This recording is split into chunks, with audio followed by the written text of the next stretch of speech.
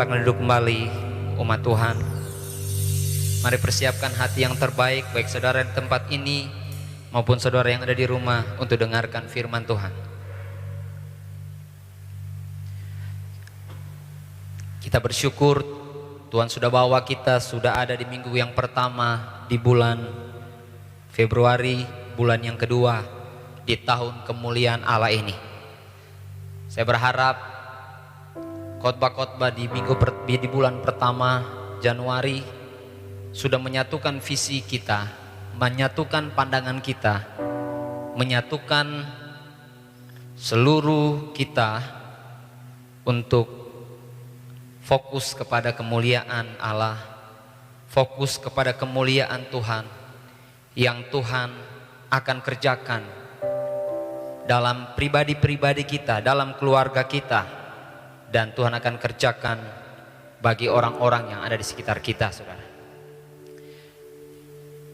Di bulan yang kedua ini, kalau kemarin kita belajar banyak tentang visi kemuliaan itu, visi kemuliaan Allah, pada bulan yang kedua ini, bulan Februari, kita akan banyak bicara tentang kemuliaan karakter, saudara. Salah satu bentuk kemuliaan Allah yang paling umum yaitu hadirat Allah, saudara. Tetapi ketika kita bicara tentang kemuliaan Allah dalam skup yang lebih detail lagi, hadirat Allah itu bicara tentang keadaan hidup kita yang berkarakter seperti Kristus, saudara. Kalau kita berkata kita dalam terang Allah, kalau kita berkata bahwa kita mengenal kebenaran Allah, saya percaya saudara, firman Tuhan berkata bahwa firman itu akan memerdekakan kita, dan firman itu akan menjadi karakter. Kenapa disebut karakter? Menjadi kebiasaan-kebiasaan kita. Tapi bukan hanya kebiasaan, tapi menjadi gaya hidup, menjadi pola hidup yang kita hidupi setiap saat, saudara. Jadi kemuliaan karakter mulia hampir sama, saudara. Jadi di dalam karakter yang nyata dalam Kristus yang Dia berikan bagi kita sebagai ciptaan yang dicipta menurut gambar dan rupa Allah, ini menjadikan hidup kita ini yang awalnya Alkitab berkata hilang kemuliaan Allah, atau dalam terjemahan yang lain orang menerjemahkan bukan hilang tapi berkurang kemuliaan Allah. Karena apa? Dosa. Tapi ketika Yesus datang, Yesus mencipta kita kembali, menjadi baru sama sekali. Dia menaruhkan rohnya dalam hidup kita, dan saya percaya bahwa berangsur-angsur hidup yang penuh kemuliaan, hidup yang kemuliaan Allah itu berkurang, hidup yang kemuliaan Allah itu dikatakan hilang, akan dikembalikan lagi, saudara. Dan kita harus percaya bahwa kemuliaan Allah itu, sejak saya percaya kepada Yesus, sementara dipulihkan dalam hidup kita di hadapan Tuhan, karena kita percaya di hadapan Bapa, karena kita percaya kepada Yesus, Dia sudah gantikan kembali kemuliaan itu bagi kita, saudara. Tetapi itu nyata jelas ketika Yesus berkata bahwa karena korban darah Yesus Kristus, Tuhan mengampuni setiap dosa kita, baik dosa kemarin, dosa hari ini, maupun dosa yang akan datang. Mungkin ada yang berkata, wih enak banget ya, Tuhan ampuni dosa kita dari dosa kemarin, dosa hari ini, dan dosa yang akan datang. Segala berurusan dengan dosa betul Tuhan sudah ampuni. Tapi bicara tentang tabiat dosa, bicara tentang watak dosa, atau kalau kita berkata kodrat dosa, itu yang kita harus selesaikan bersama dengan Roh Kudus, saudara. Dosa kemarin, hari ini, ke depan ini Tuhan sudah ampuni.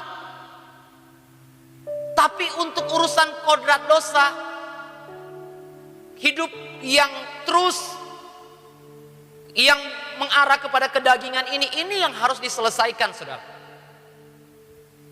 Jadi peperangan kita di sini, perjuangan kita di sini. Sebab itu mari saya ajak kita semua di bulan yang kedua ini, kita akan membahas tentang kemuliaan karakter ini. Ketika kita berkarakter Kristus, kemuliaan Allah itu mulai nyata bagi kita.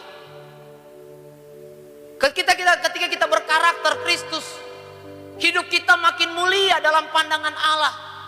Tapi juga hidup kita akan menjadi berkat buat orang-orang di sekitar.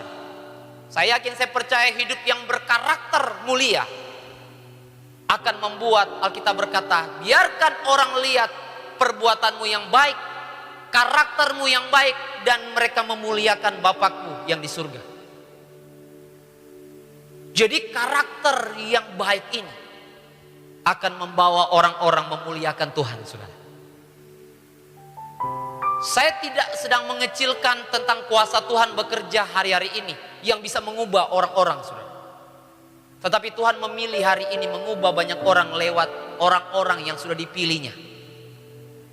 Tuhan gampang membawa seluruh bangsa untuk datang menyembah Tuhan di zaman perjanjian lama. Kenapa Tuhan harus pilih satu bangsa, itu bangsa Israel? Harus benar-benar menjadi penyembah Dia, dan biarkan lewat penyembahan yang dipertontonkan oleh orang Israel, seluruh bangsa akan datang menyembah kepada Dia. Dan dalam perjanjian baru, kan kuasa Tuhan sanggup untuk mengubah dunia ini. Kenapa Tuhan tidak gunakan kuasanya untuk mengubah dunia ini? Langsung ubah saja dunia ini. Tuhan tidak pakai cara itu, saudara. Karena Tuhan terlalu percaya kepada orang-orang yang percaya kepada Dia, yang sudah dipulihkan di dalam Dia, yang diberi Roh Kudus dalam hidup mereka, sanggup melakukan ini, saudara.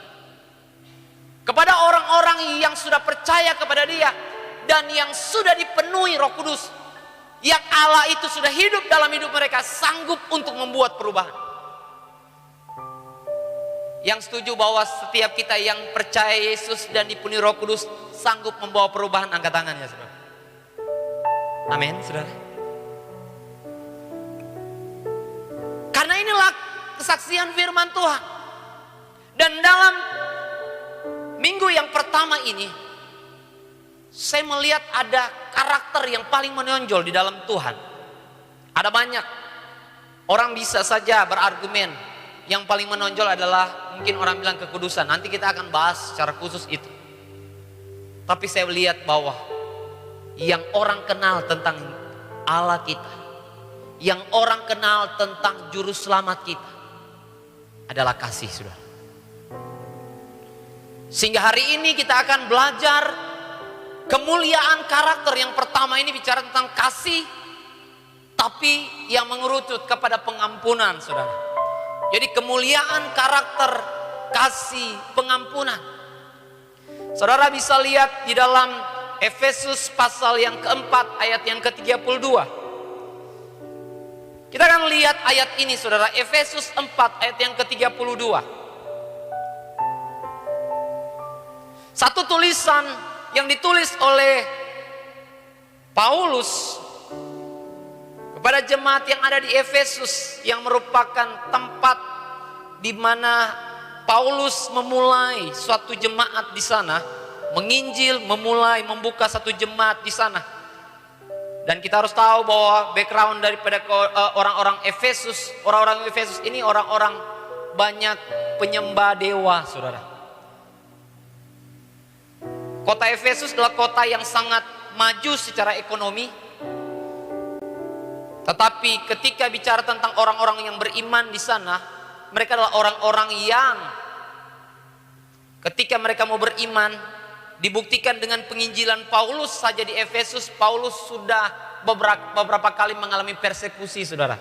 Penganiayaan karena imannya, penganiayaan karena penginjilan yang diadakan, penganiayaan karena misi untuk membawa orang-orang mengenal Yesus di sana, saudara.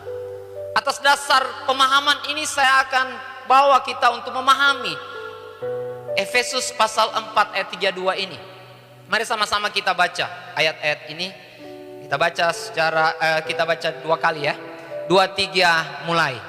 Tetapi hendaklah kamu ramah seorang terhadap yang lain, penuh kasih mesra dan saling mengampuni, sebagaimana Allah di dalam Kristus telah mengampuni kamu. Sekali lagi, saudara. Tetapi hendaklah kamu ramah seorang terhadap yang lain, penuh kasih mesra dan saling mengampuni, sebagaimana Allah di dalam Kristus telah mengampuni kamu. Kalau kita perhatikan di sini, seperti yang saya sampaikan tentang latar belakang daripada orang-orang di Efesus tadi, perintah ini menjadi up to date. Perintah ini menjadi perintah yang sangat-sangat penting sekali, saudara. Karena kenapa? Mereka disuruh belajar untuk ramah terhadap siapapun, termasuk bukan hanya kepada seiman, orang-orang percaya yang sama, tapi mereka disebutkan bahwa mereka harus ramah kepada orang-orang yang bahkan yang menganiaya mereka, yang mempersekusi iman mereka, saudara, yang menekan mereka karena iman mereka. Hal ini adalah perintah yang sangat penting yang Paulus perlu tuliskan kepada mereka, karena dengan tekanan yang mereka alami, yang tidak pasti bukan hanya tekanan iman. Karena saya lihat tekanan ekonomi pasti akan menyertai ketika ada persekusi terhadap iman.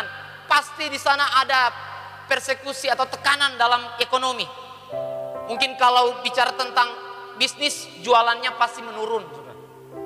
Kalau bicara pekerjaan, mungkin dia dipecat karena imannya. Bicara tentang hubungan secara sosial, mungkin dia dikucilkan dalam pertemuan-pertemuan umum. Oh, orang percaya Yesus, tidak usah diundang lah dalam pertemuan-pertemuan begini. Mengalami persekusi di dalam imannya, juga terpengaruh dalam psikologinya. Merasa sudah tidak, merasa nggak dihargai sama orang, merasa tidak dianggap sama orang lain. Persekusi iman ini juga bisa menyangkut banyak hal, hubungan sosial semua, saudara, sampai kepada keberimanan juga sudah pasti akan terpengaruh, saudara. Keadaan ini yang membuat Paulus harus menulis. Tetapi Paulus jelas menulis kepada orang-orang yang sudah percaya kepada Yesus. Dan yang berikut, Paulus menulis kepada orang-orang yang sudah punya Roh Kudus. Sehingga ketika dia menulis, ini bukan firman yang sangat-sangat berat, tapi inilah firman yang harusnya mereka bisa lakukan. Kamu masih bisa tetap ramah kepada orang-orang yang menganiaya kamu. Kamu masih bisa tetap ramah kepada orang-orang yang membuat kamu memperlakukan kamu tidak adil. Paulus seperti mau berkata dalam tulisan ini, harusnya kamu bisa ramah kepada siapapun. Termasuk orang yang sudah membuat kamu sakit hati, termasuk kepada orang yang membuat kamu menjadi kecewa. Harusnya bisa. Dan yang berikut, Paulus juga berkata bahwa Paulus juga percaya bahwa mereka akan menjadi orang-orang yang penuh kasih. Ada penekanan kasih mesra. Bukannya mengasihi tapi menjauh, saudara. Ada orang berkata, saya mengasihi tapi menjauh, saudara. WA di blok. Saya sudah mengampuni, sudah mengasihi dia, tapi WA di blok. Atau media-media sosial berkaitan dengan dia kita blok semua. Kalau bisa tidak ada hubungan lagi. Tapi Paulus berkata ada kasih mesra. Artinya orang-orang dewasa tahu mesra ini. Tidak ada mesra yang berjauhan. Kecuali sekarang muncul yang namanya percintaan secara online. Tetapi sebetulnya itu hanya bikinan manusia saja. Yang benar mesra itu harus dekat. Yang setuju katakan amin. Kepada orang-orang menganiaya mereka, Paulus berkata kamu harus tetap dekat dengan mereka. Ini kan kalau manusia biasa ini nggak mungkin. Tapi Paulus percaya betul mereka sudah percaya Yesus. Mereka sudah terima anugerah Tuhan. Dan mereka sudah ada Roh Kudus dalam hidup mereka. Pasti bisa. Jadi mengasihi bukan hanya sekedar perasaan, saya mengasihi mereka. Tapi ketika dikatakan kasih mesra, ini ada tindakannya. Orang-orang boleh mengerti tentang kasih itu adalah perasaan saja. Pokoknya kalau sudah merasa mengasihi, ya itu mengasihi. Tapi orang-orang Yahudi mengerti betul, semua berkaitan dengan kasih itu adalah tindakan. Makanya dikatakan sini kasih mesra. Kasih tidak menjauh. kita masih tak bisa bersahabat dengan mereka. Sekalipun kita tidak setuju dengan apa yang mereka putuskan, saudara. Sekalipun kita tidak setuju dengan perlakuan mereka, kita masih bisa dekat. Tapi memang untuk kadar-kadar tertentu ada proses, saudara.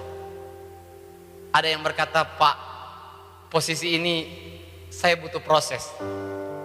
Tapi proses jangan juga bertahun-tahun, saudara. Atau proses sampai selesai kamu baru, atau sudah nafas terakhir baru, saudara. Jadi saya tidak terlalu setuju dengan proses yang terlalu berkepanjangan. Apalagi perlu proses Roh Kudus bekerja bagi kita, oke.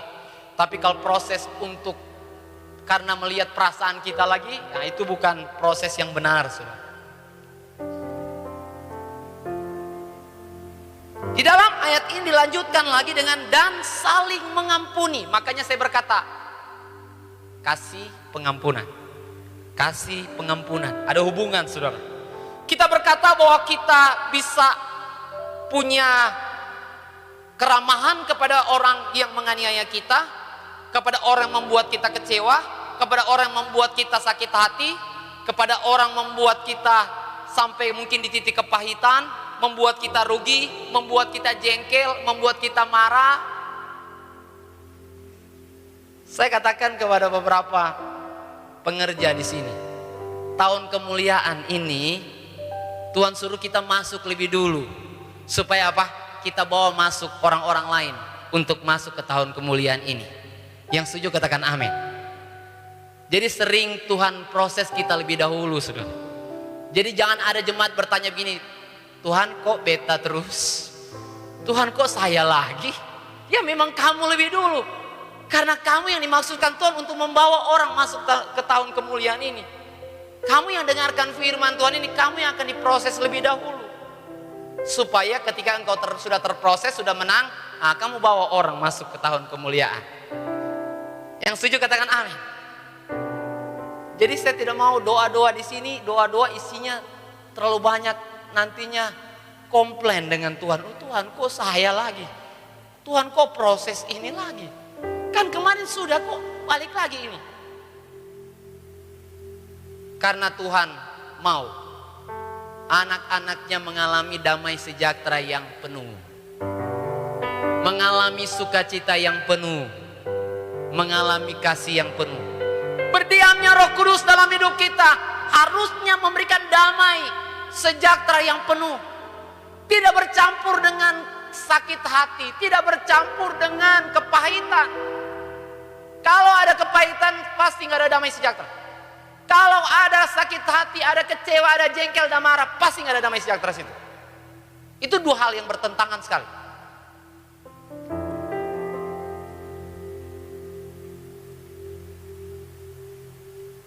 Jadi jangan komplain ya ketika Tuhan bawa proses banyak, apalagi berbicara tentang proses damai sejahtera.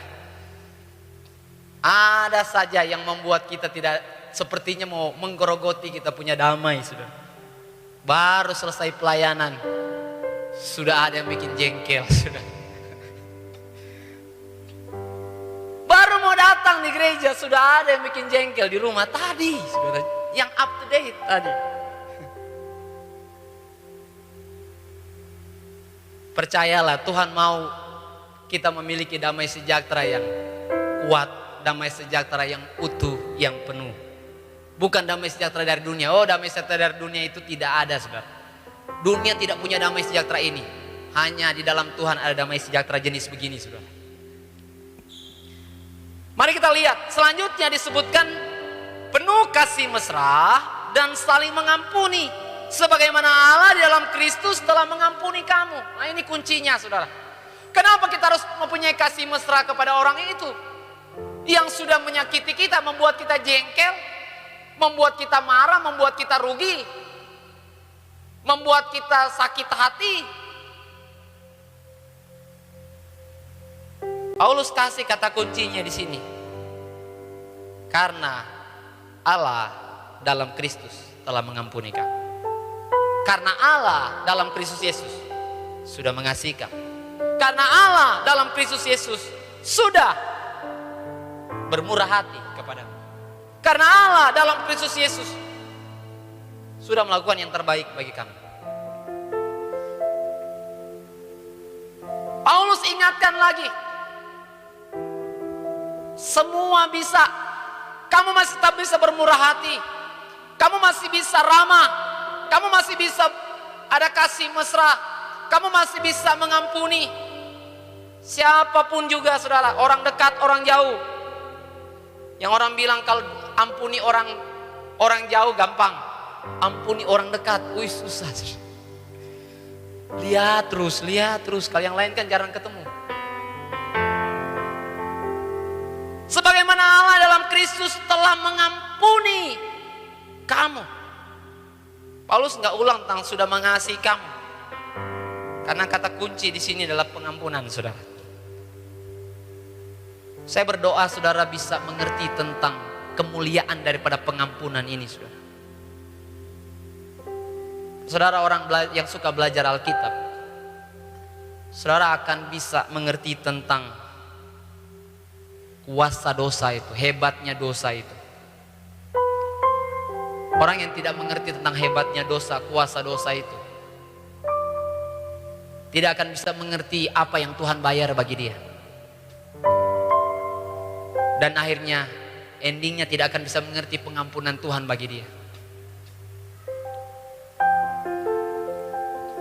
Sekali lagi ya, orang tidak pernah mengerti tentang hebatnya dosa, betapa merusaknya dosa, tidak akan pernah mengerti tentang pengorbanan Kristus, kemuliaan daripada salib Kristus, bagaimana Tuhan membayar dosa kita, sehingga kita juga tidak pernah mengerti tentang kemuliaan daripada mulianya Tuhan mengampuni kita, saudara. Waktu penyembahan tadi saya cuma datang kepada Tuhan, tapi saya berkata, siapakah kami ini? Diizinkan menyembah Engkau. Berbagai dosa kita buat semua, tapi Tuhan masih izinkan kita datang kepada Dia dan menyembah Dia. Saudara bisa lihat kuasa pengampunan yang terus berjalan, yang terus Tuhan buat bagi kita.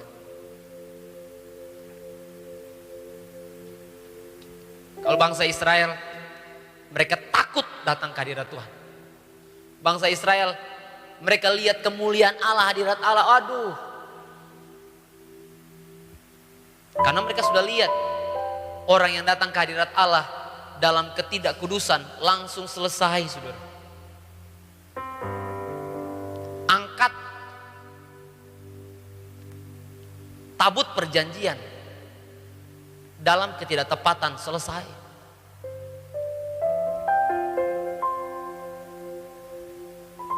Makanya orang-orang perjanjian lama penasaran dengan kita, saudara. Mereka sebetulnya mau ada di posisi kita ini. Seorang yang bisa langsung datang kepada Tuhan, bisa menyembah Tuhan, sampaikan apa yang menjadi isi hatimu. Bisa bercakap-cakap dengan Tuhan. Oh, orang perjanjian lama boro-boro mau bisa bercakap-cakap dengan Tuhan, saudara. Imam saja, tapi imam itu pun digilir. Kalau tidak layak, jangan. Karena pasti nggak keluar dari hadirat Allah itu, pasti selesai. Dalam kisah di imam-imam dituliskan bahwa imam itu biasa diikat tali, nggak tahu di kaki atau di mana, tapi ikat tali. Ketika dia sudah tidak ada suaranya, berarti sudah selesai dia. Orang harus tarik dia. Karena orang takut masuk. Tapi kita hari ini, kuasa pengampunan Tuhan membuat kita bisa datang kapan saja. Hari ini siapapun kita, Tuhan sudah layakkan untuk menyembah Dia. Tapi apa yang bekerja di situ?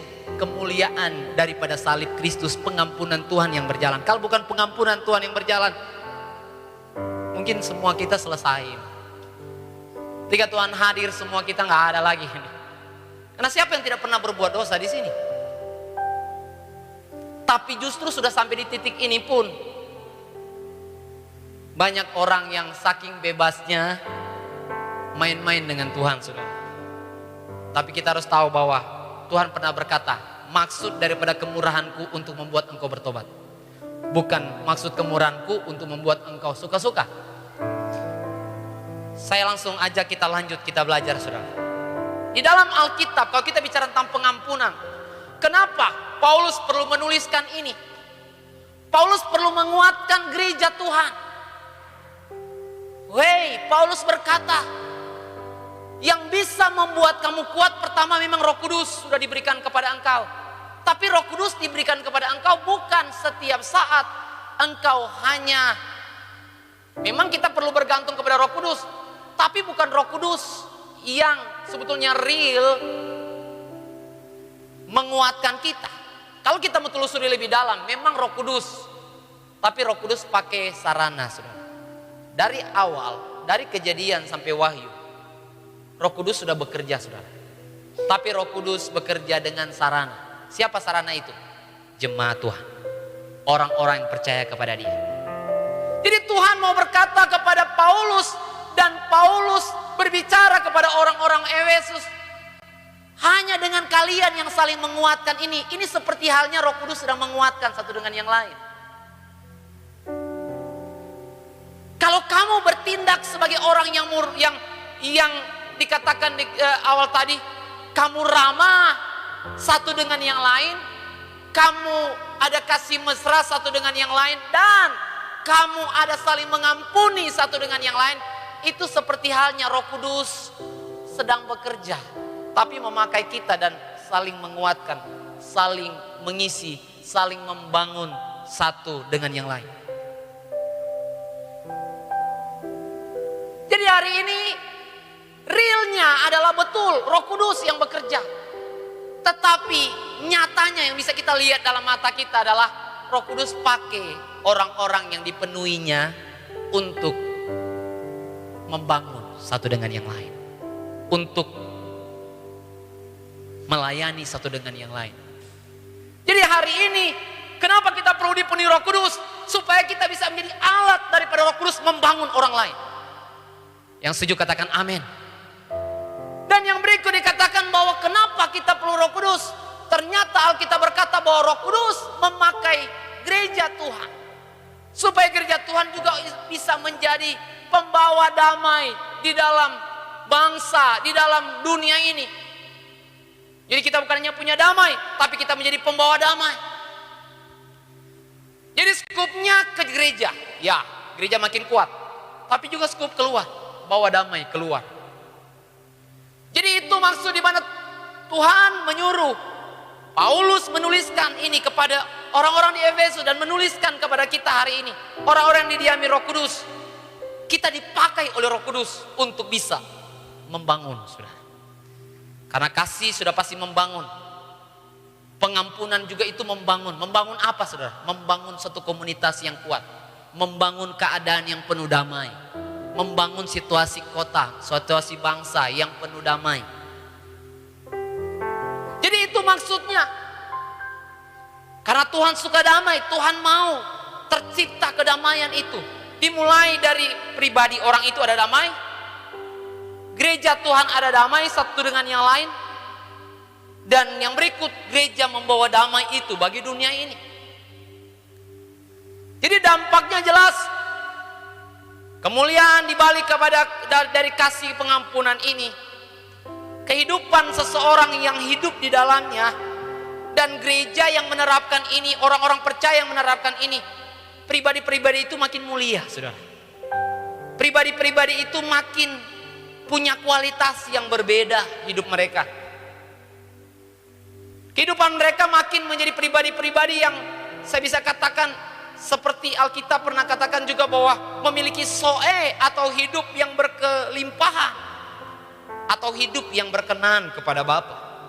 Dan kehidupan yang dalam karakter kasih pengampunan ini membawa kemuliaan bagi Allah. Allah dimuliakan, Allah dinyatakan. Untuk apa? Untuk banyak orang juga boleh mengalami kemuliaan itu. Banyak orang, kalau dalam lebih spesifik, banyak orang bisa hidup dalam kasih pengampunan. Dan ketika banyak orang hidup dalam kasih pengampunan, semakin banyak kemuliaan bagi Tuhan, banyak orang akan memuliakan Tuhan. Dan saya percaya kehidupan orang yang penuh kemuliaan karena isinya adalah kasih dan pengampunan, kehidupan ini dapat dipakai secara efektif oleh Tuhan untuk rencananya. Dampak-dampak ini yang membuat kita nggak ada pilihan, saudara, selain kita betul-betul mengizinkan Tuhan berkarya dalam kehidupan kita, sehingga mengerjakan damai yang penuh dalam hidup kita, sehingga hidup kita bisa seperti Alkitab berkata, ada kasih dan pengampunan yang kita bisa terapkan, teladani dari Yesus, dan aplikasikan dalam hidup kita, saudara. Kenapa saya harus terus hampir setiap tahun saya bicara tentang kasih pengampunan ini? Karena saya percaya bahwa hampir setiap saat kita diuji damai kita, saudara. Orang jauh, orang dekat, sesama pelayan Tuhan, masih tetap teruji, saudara, masih tetap mengalami ini. Kita mungkin yang mungkin kepala di satu perusahaan diuji oleh orang-orang di bawah kita. Oh, kita yang di bawah diuji oleh orang-orang di atas kita. Senantiasa sepertinya tergerogot terus. Ada banyak hal, apalagi dunia ini makin jahat, yang mau menggerogoti damai sejahtera kita. Dan setan tahu persis kalau damai sejahtera sudah hilang, saudara, kita tidak maksimal lagi untuk melakukan sesuatu, saudara. Kita nggak bisa maksimal ketika damai hilang. Selalu ada orang-orang yang saja datang dan menjengkelkan kita, saudara. Saya mau sampaikan ini kenapa? Saya dalam posisi seperti sekarang ini pun masih saja banyak hal yang membuat saya yang akhirnya jengkel, saudara. Ketika saya sudah misalkan berhubungan dengan seseorang, saya harapkan sesuatu ini yang dia lakukan. Yang dia lakukan, saya harapkan dia lakukan B, saudara. Kalau cuma satu kali dia lakukan, kalau dia lakukan berulang-ulang, saudara. Orang bilang sakitnya betul-betul. Tapi saya berkata bahwa kita bukan tidak mungkin dikecewakan sama orang. Saudara sudah cepat laporan ke Bapa di surga kalau tidak mau dikecewakan sama orang. Ada di tempat ini yang Tuhan, saya mau sedikit pun kalau bisa tidak ada yang mengecewakan saya. Saya mau kasih tahu bahwa itu dunia mimpi. Bilang sama-sama, itu dunia mimpi. Karena apa? Kita pasti akan ketemu dengan orang-orang yang akan pasti membuat kita jengkel. Kita akan ketemu dengan orang-orang yang membuat kita merasa kita diperlakukan tidak adil, saudara. Kita akan tetap ketemu dengan orang-orang yang memperlakukan kita yang tidak sesuai dengan harapan kita. Pasti akan ketemu. Saudara berpikir datang di gereja ini, saudara akan mendapatkan semua sesuai dengan ekspektasi saudara. Saudara mimpi, saudara. Ada banyak orang-orang yang awal-awalnya happy, misalkan menikah dengan orang takut akan Tuhan. Waktu berjalan, saudara, dia bilang, kenapa waktu pacaran gak muncul ini? Waktu dia sudah menikah baru dia muncul itu. Ternyata orang bilang dulu kan promosi. Jadi itu gak muncul. Makanya bangun hubungan yang benar, saudara. Banyak orang terkaget-kaget, saudara. Waktu pacaran, baik semua yang keluar, saudara. Diberkata ini, waktu pacaran semua ekspektasinya terjawab, saudara. Yang dia bilang karakternya, suaranya, sama terjawab. Hampir 100%. Enggak 100%, hampir. Jadi ada yang list. Ada orang yang suka list. Dia list 1 sampai 10. Hampir semua tergenapi. Ternyata itu berlaku di pacaran. Waktu sudah menikah baru dia keluar semua asli-aslinya, saudara. Dan itu bertolak belakang dari semua ekspektasinya. Sehingga ada yang curhat, aduh Pak, dulu saya tidak tahu loh. Ya kenapa waktu pacaran dulu tidak cari tahu?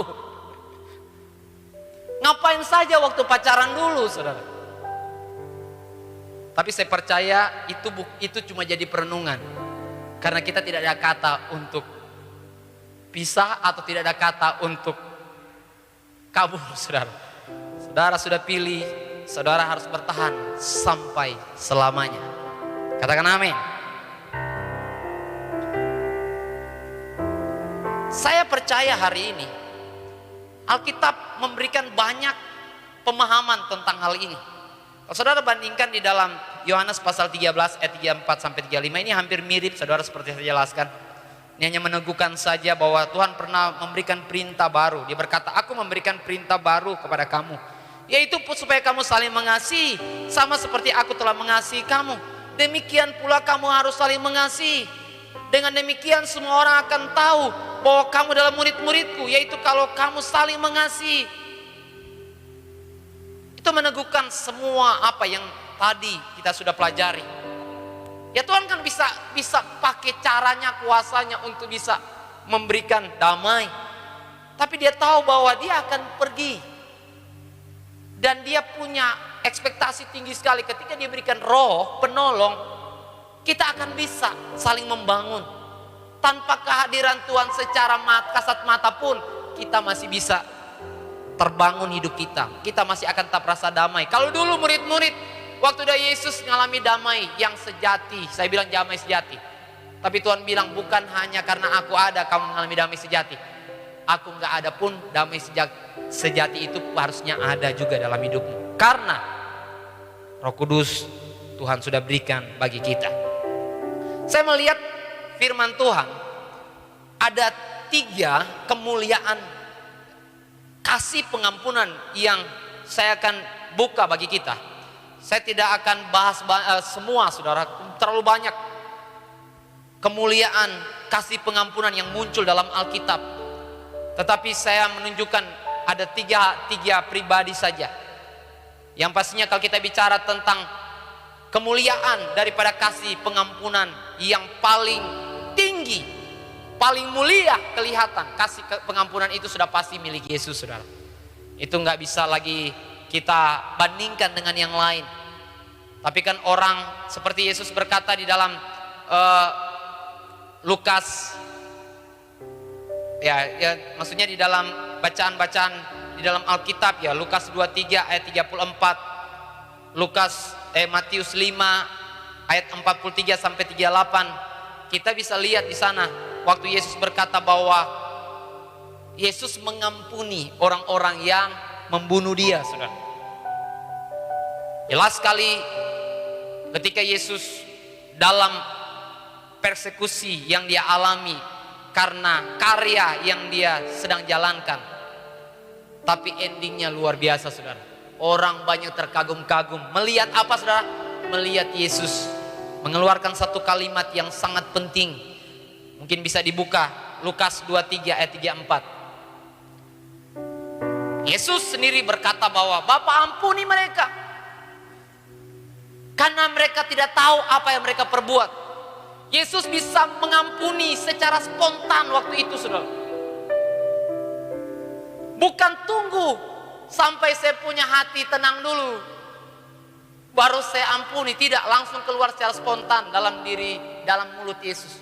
Dan saya percaya dari hatinya lebih dulu, tetapi langsung keluar dalam perkataannya, Bapa ampuni mereka. Jadi jangan tunggu Natal lagi baru ampuni orang ya. Tunggu Paskah, nanti Paskah baru kita ampuni. Tidak, spontan Yesus. Tapi ada mungkin yang berkata begini, oh itu kan Yesus, ada nggak yang lain? Ternyata Tuhan bukan hanya menunjukkan Yesus jadi contoh, tetapi Tuhan menunjukkan banyak tokoh. Dalam Alkitab saudara mengenal ada Daud.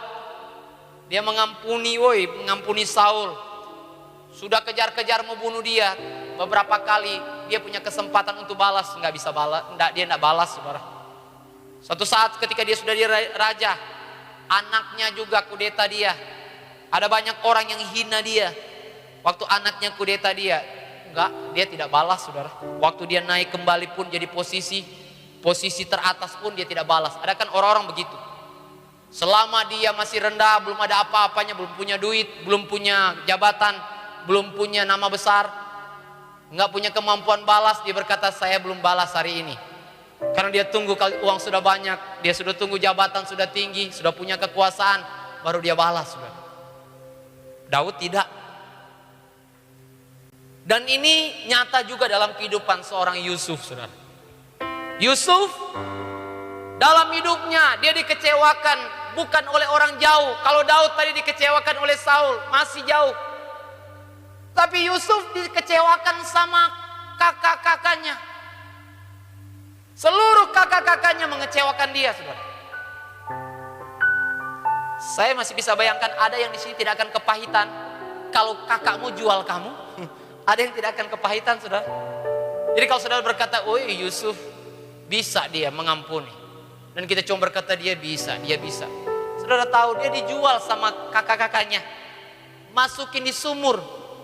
Hanya ada dua saja, mau bunuh atau akhirnya dapat ide, jual saja. Bunuh sudah sangat mengecewakan, saudara. Apalagi ini mereka bilang kalau jual mungkin tidak terlalu. Oh, ini terlalu lebih menghina lagi, ini lebih fatal lagi. Siapakah saya mau dijual sama saudara saya? Jual jadi apa lagi? Jadi budak, saudara. Jadi kalau saudara berkata perlakuan-perlakuan yang dialami oleh Yusuf sangat mudah, berbeda dengan yang saya alami. Saya bisa katakan hari ini apa yang dialami Yusuf itu sangat-sangat ekstrim, saudara. Tetapi Alkitab mencatat dengan jelas.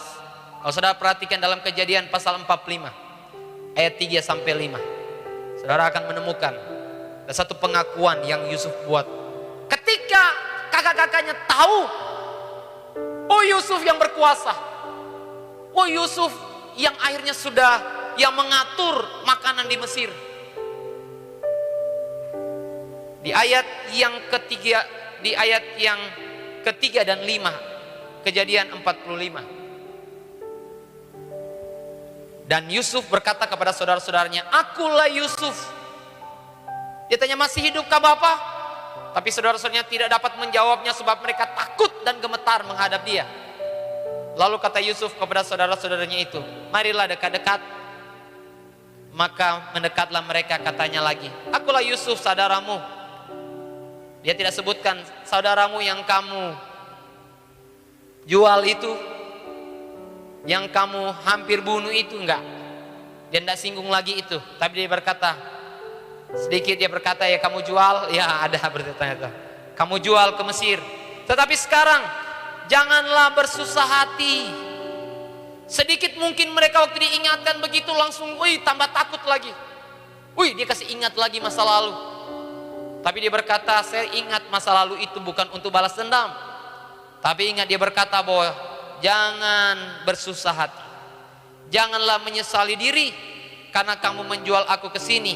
Sebab untuk memelihara kehidupanlah Allah menyuruh aku mendahului kamu. Kalau kita baca ayat ini kayaknya enak sekali ya. Mudah-mudah, gampang-gampang Yusuf mengampuni. Coba kita ada di posisi Yusuf. Kita berkata bahwa kita sudah punya power ini. Tunggu, satu-satu saya hukum. Satu-satu saya balas. Tapi Yusuf tidak, saudara. Dan ada satu ayat yang cukup membuat saya terkagum lagi. Kemuliaan pengampunan. Perjanjian baru kita lihat sekarang. Kisah Para Rasul 6 ayat 15. Kisah Para Rasul 6 ayat 15. Dan lebih tepatnya kita baca di ayat 55 saja. 7 ayat 55. Kisah Para Rasul 7 ayat 55 sampai yang ke-60. Kisah 7. Oke. Itu disebutkan tadi Stefanus seperti malaikat, orang yang penuh kemuliaan Allah. Ayat 55, tetapi Stefanus yang penuh dengan Roh Kudus menatap ke langit lalu melihat kemuliaan Allah. Ada hubungan antara orang yang penuh kemuliaan Allah dengan orang penuh Roh Kudus. Dan Yesus berdiri di sebelah kanan Allah selanjutnya. Lalu katanya, "Sungguh aku melihat langit terbuka dan anak manusia berdiri di sebelah kanan Allah." Maka berteriak-teriaklah mereka dan sambil menutup telinga serentak menyerbu dia. Mereka menyeret dia keluar kota lalu melemparinya, dan saksi-saksi meletakkan jubah mereka di depan kaki seorang muda yang bernama Saulus. Terus sedang mereka melempari, Stefanus berdoa. Sementara melempari ini, sudah keluar di dalam hati, pikiran, dan keluar di mulutnya. Dalam doanya katanya, ya Tuhan Yesus, terimalah rohku. Ayat 60. Sambil berlutut ia berseru dengan suara nyaring, Tuhan, janganlah tanggungkan dosa ini kepada mereka. Dan dengan perkataan itu meninggalnya ia. Ini adalah satu pengampunan yang sangat-sangat ekstrim, saya berkata. Tuhan pernah berkata, kalau kamu mengampuni orang-orang yang kamu anggap baik, orang-orang yang kamu anggap dekat dengan kamu, Tuhan berkata, apalah upahmu. Tapi Tuhan berkata, tetapi kita harus berbeda dengan dunia ini. Kita bukan hanya mengampuni orang-orang yang ada dekat dengan kita, orang-orang yang kita kasihi, tetapi kita juga harus mengampuni orang-orang yang membuat kita rugi, membuat kita jengkel, membuat kita marah, membuat kita kecewa, membuat kita diperlakukan tidak adil. Apapun itu saudara, Tuhan berkata bahwa kita harus mengampuni. Dan Alkitab mencatat, baik Tuhan Yesus, pengampunan yang Tuhan Yesus buat, itulah yang mengubah banyak prajurit-prajurit waktu itu, murid-murid yang ada di situ, wanita-wanita yang ada waktu itu, makin mencintai Tuhan. Karena mereka melihat kemuliaan daripada pengampunan. Kalau kita lihat Yusuf, ketika Yusuf mengampuni saudara-saudaranya, kita bisa melihat seluruh saudara-saudaranya diubahkan semuanya, saudara. Kita melihat ketika orang-orang melihat kemuliaan dalam diri Stefanus karena pengampunannya. Mungkin tidak terlihat secara jelas siapa orang-orang Farisi, imam-imam yang bertobat, saudara. Tidak disebutkan oleh Alkitab. Hanya satu yang disebutkan oleh Alkitab yang mengalami perubahan total. Dialah penginjil hebat bernama Paulus. Saat dia melihat kemuliaan pengampunan, Paulus menjadi seorang yang radikal dengan Tuhan, sungguh-sungguh dengan Tuhan. Sehingga kita mengerti hari ini, panggilan untuk mengalami kemuliaan karakter adalah panggilan kita sebagai orang-orang yang dicipta serupa dan segambar Allah, tapi juga orang yang dicipta baru dalam Yesus Kristus, tetapi juga orang-orang yang hari ini Tuhan berikan mandat, Tuhan berikan misi, amanat agung, supaya lewat hidup kita bukannya kita mengalami kemuliaan berkenan kepada Tuhan, tapi banyak orang juga yang akan memuliakan Tuhan. Semakin banyak orang memuliakan Tuhan dalam tahun kemuliaan Allah ini. Dengarkan firman Tuhan ini. Kita masuk dalam tahun di mana kita memuliakan Tuhan, dan kita membuat banyak orang makin memuliakan Tuhan. Ini saat, ini tahun di mana kita rindu banyak orang memuliakan Tuhan. Ini saat di mana kita rindu banyak orang mau hidup dalam karakter kasih pengampunan. Karena hanya dengan kasih pengampunan keluarga-keluarga akan terjaga. Hanya dengan kasih dan pengampunan gereja-gereja menjadi gereja yang kuat. Hanya dengan kasih dan pengampunan kota-kota akan ada dalam rancangan Tuhan. Kota-kota akan dipulihkan Tuhan, dibangkitkan Tuhan.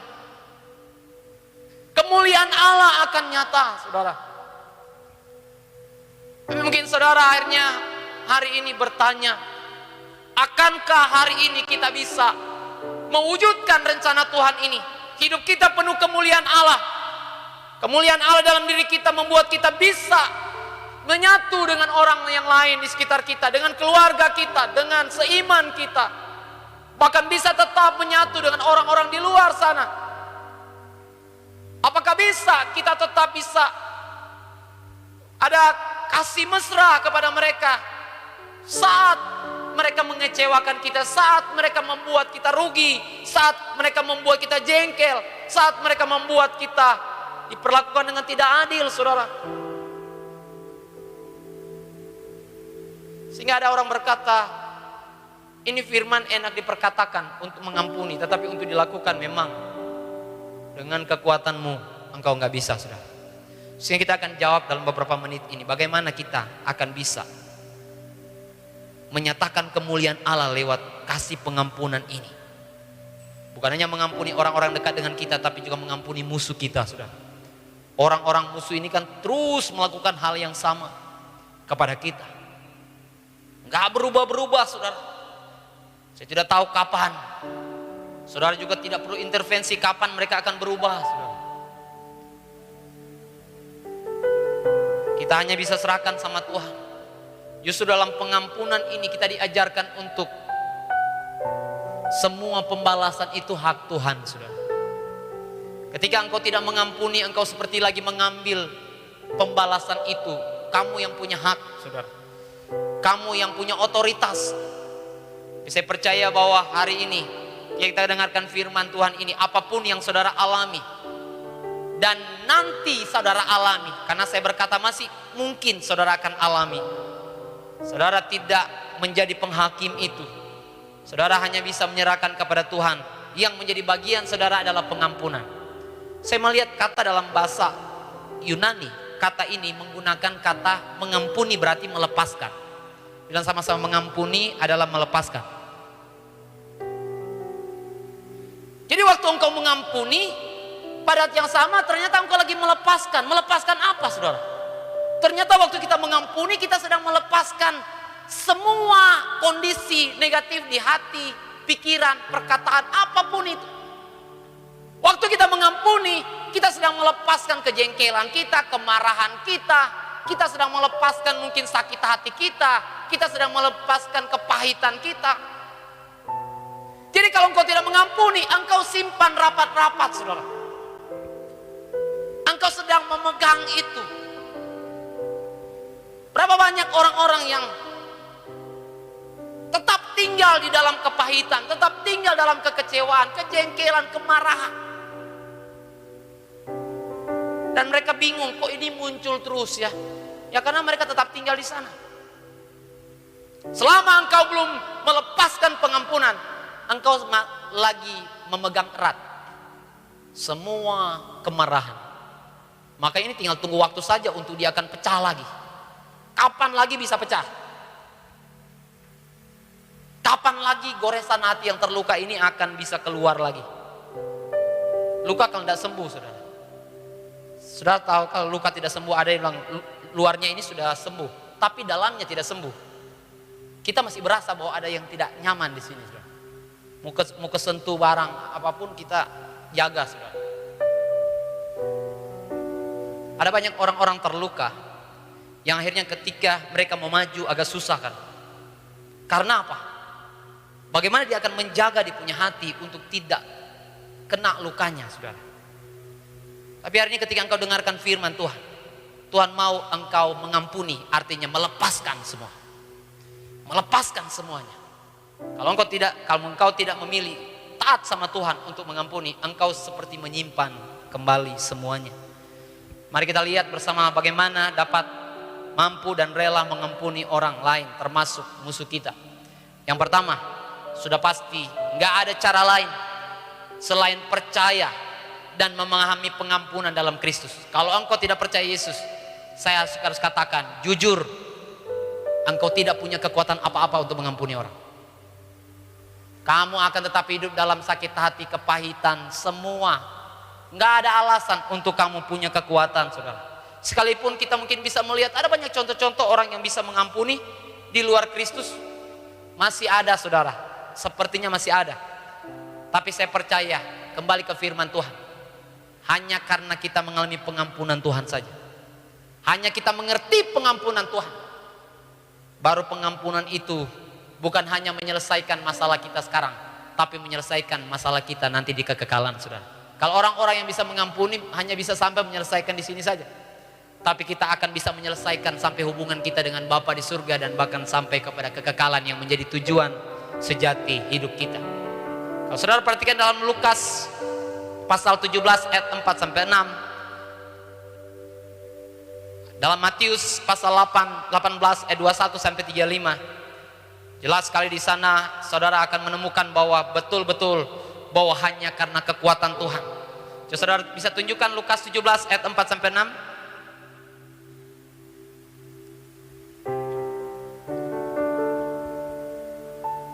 Saudara bisa bandingkan di Alkitab saudara di Matius pasal 18 ayat 21. Di sana dikatakan begini, ayat 4. Bahkan jikalau ia berbuat dosa terhadap engkau berapa kali?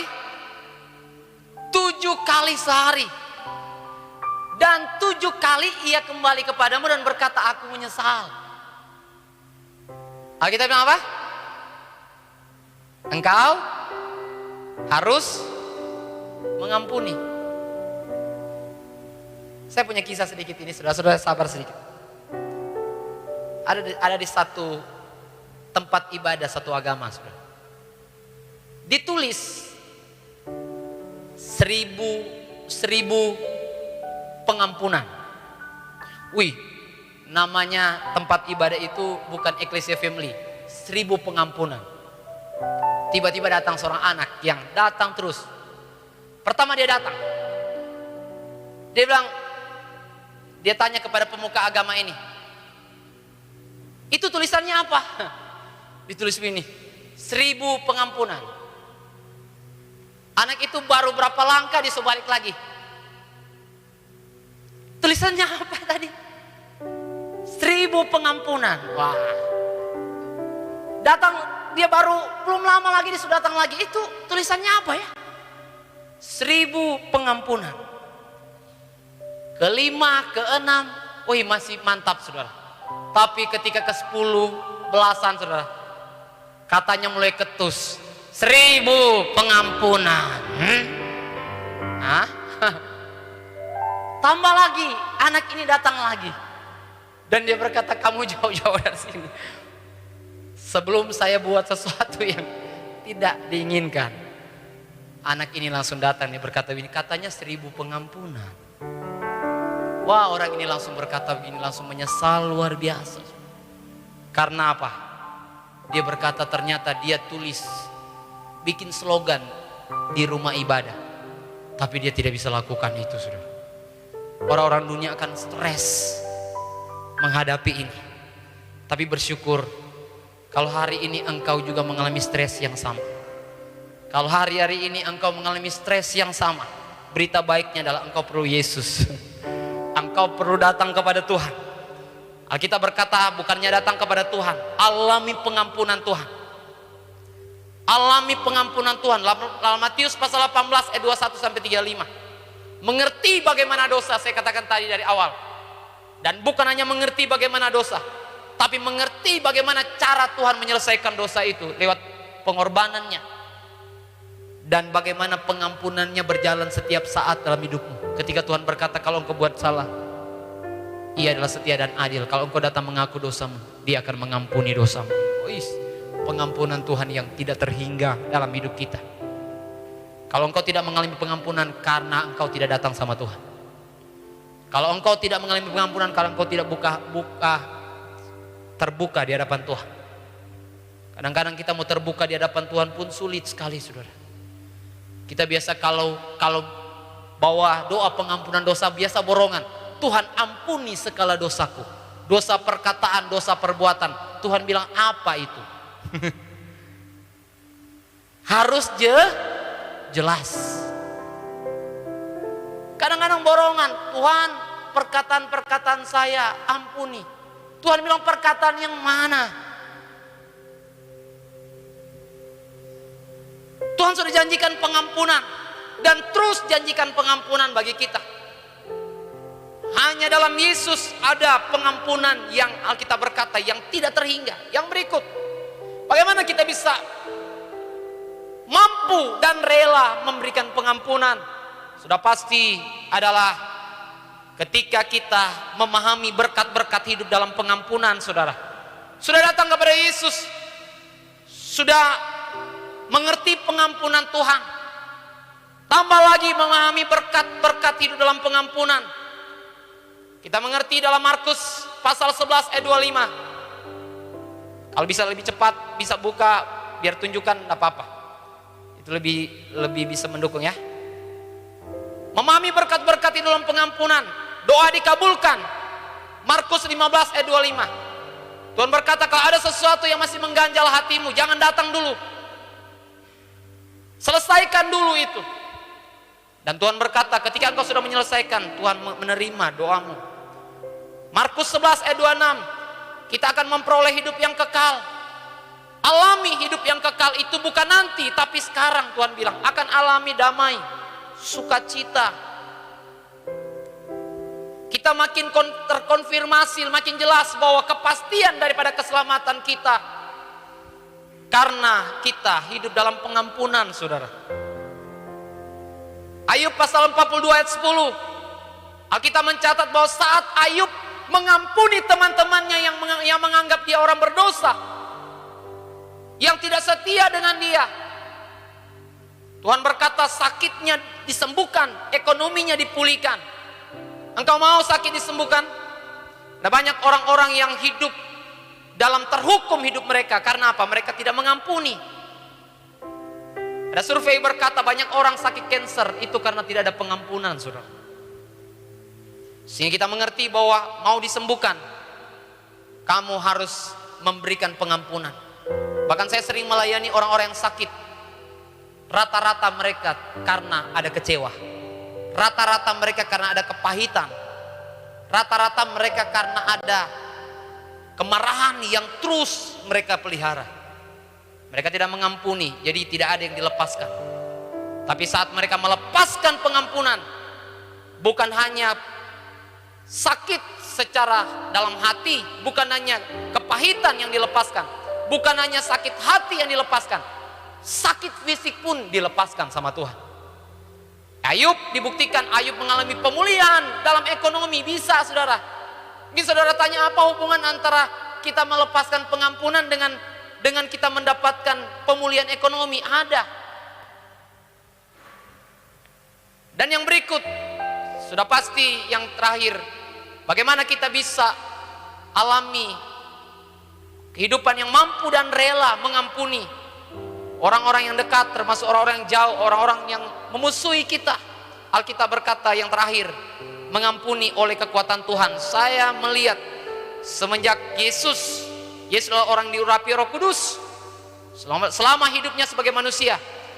Dan Kejadian pasal 41 ayat 38, saudara bisa lihat. Saya tunjukkan, ada beberapa ayat lagi ya. Kejadian pasal 41 ayat 38. Bisa ditunjukkan? Ini tentang Yusuf. Alkitab berkata begini, lalu berkatalah Firaun kepada pegawainya, mungkinkah kita mendapat orang seperti ini, seorang yang penuh dengan roh Allah? Alkitab mencatat bahwa orang yang bisa mengampuni karena hidupnya penuh dengan roh Allah. Dan yang berikut, Kisah Para Rasul 6 ayat 5. Ini bicara tentang seorang Stefanus. Dikatakan usul itu diterima baik oleh seluruh jemaat. Lalu mereka memilih Stefanus dan teman-temannya. Siapa yang dipilih? Orang yang penuh iman dan orang yang penuh Roh Kudus, sehingga mereka memang sanggup untuk mengampuni. Dan yang berikut, kita juga mengerti di dalam Kisah Para Rasul 7 ayat 55. Lihat di sini, dan Stefanus penuh dengan Roh Kudus. Jadi ada hubungan antara penuh roh dan penuh firman dan penuh iman. Dan orang-orang penuh roh, orang-orang penuh firman, orang-orang penuh iman, saya percaya orang-orang yang punya hubungan yang baik dengan Tuhan. Mereka lah orang-orang yang bisa mengalami Tuhan itu hidup. Tuhan itu hidup dalam hidup mereka, saudara. Sehingga saya mengajak kita semua di tahun kemuliaan Allah ini, sekali lagi pesan saya terakhir bagi kita, mau hidup bisa mengampuni dan rela mengampuni. Banyak duduk diam di kaki Yesus, saudara.